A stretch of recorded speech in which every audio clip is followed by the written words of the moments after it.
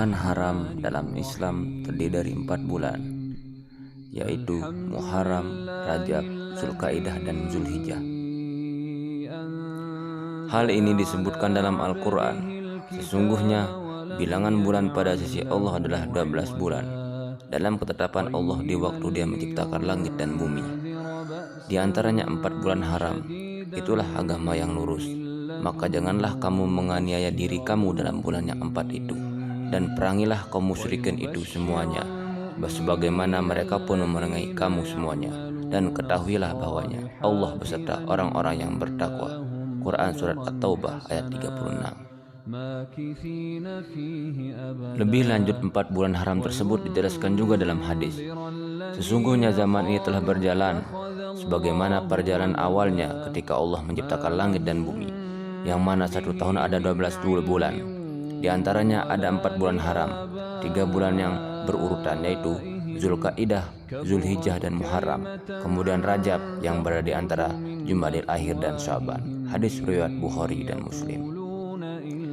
Dalam Islam dikenal istilah bulan haram. Dinamakan demikian karena pada bulan tersebut Allah Subhanahu wa Ta'ala melarang seluruh hambanya berbuat dosa atau melakukan hal yang dinilai haram secara syariat Islam.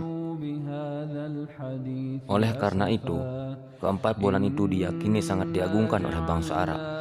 Bahkan mereka mengharamkan diri mereka sendiri untuk berperang di bulan-bulan tersebut sebagai bentuk atau simbol penghormatan mereka.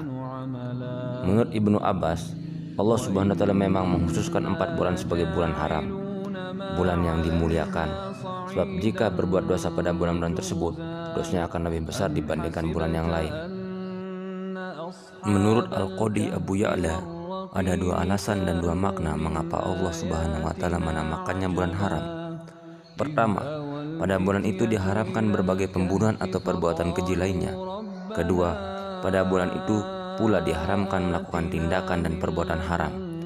Perintah ini lebih ditekankan daripada bulan lainnya karena kemuliaan bulan tersebut. Sebaliknya, pada bulan haram dianjurkan untuk lebih banyak perbuatan baik dengan melakukan amalan dan ketaatan kepada Allah Subhanahu wa Ta'ala. Momentum spesial di bulan haram. Banyak momentum spesial yang ada di bulan-bulan haram. Misalnya Isra Mi'raj diriwayatkan jadi di malam 27 Rajab. Sementara itu, 10 hari pertama di bulan Zulhijjah disebut sebagai waktu terbaik untuk beribadah di siang hari.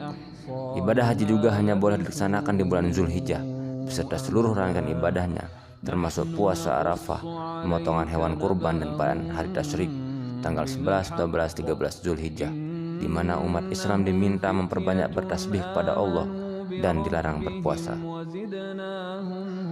Bulan dilipat gandakan pahala dan dosa.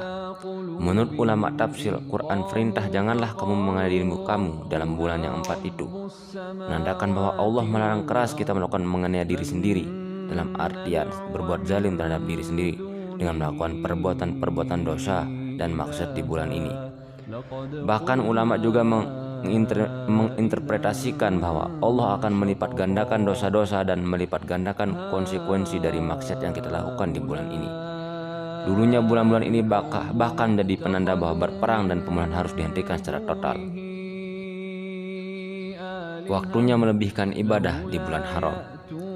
Namun seperti dijelaskan dalam kitab Bidayatul Hidayah karangan Imam Al-Ghazali, bab menghindari maksiat, meninggalkan apa yang dilarang jauh lebih sulit karena melakukan amal ketaatan dapat dilakukan dengan semua orang. Sedangkan meninggalkan syahwat hanya bisa dilakukan oleh mereka yang tergolong siddiqun, orang-orang yang bersikap benar, jujur, dapat dipercaya, dan orang-orang yang menerima kebenaran. Bulan haram adalah ketentuan dari Allah. Sungguhnya bilangan bulan pada sisi Allah adalah 12 bulan dalam ketetapan Allah di waktu Dia menciptakan langit dan bumi. Di antaranya 4 bulan haram. Itulah ketetapan agama yang lurus, maka janganlah kamu menganiaya diri kamu dalam bulan yang 4 itu.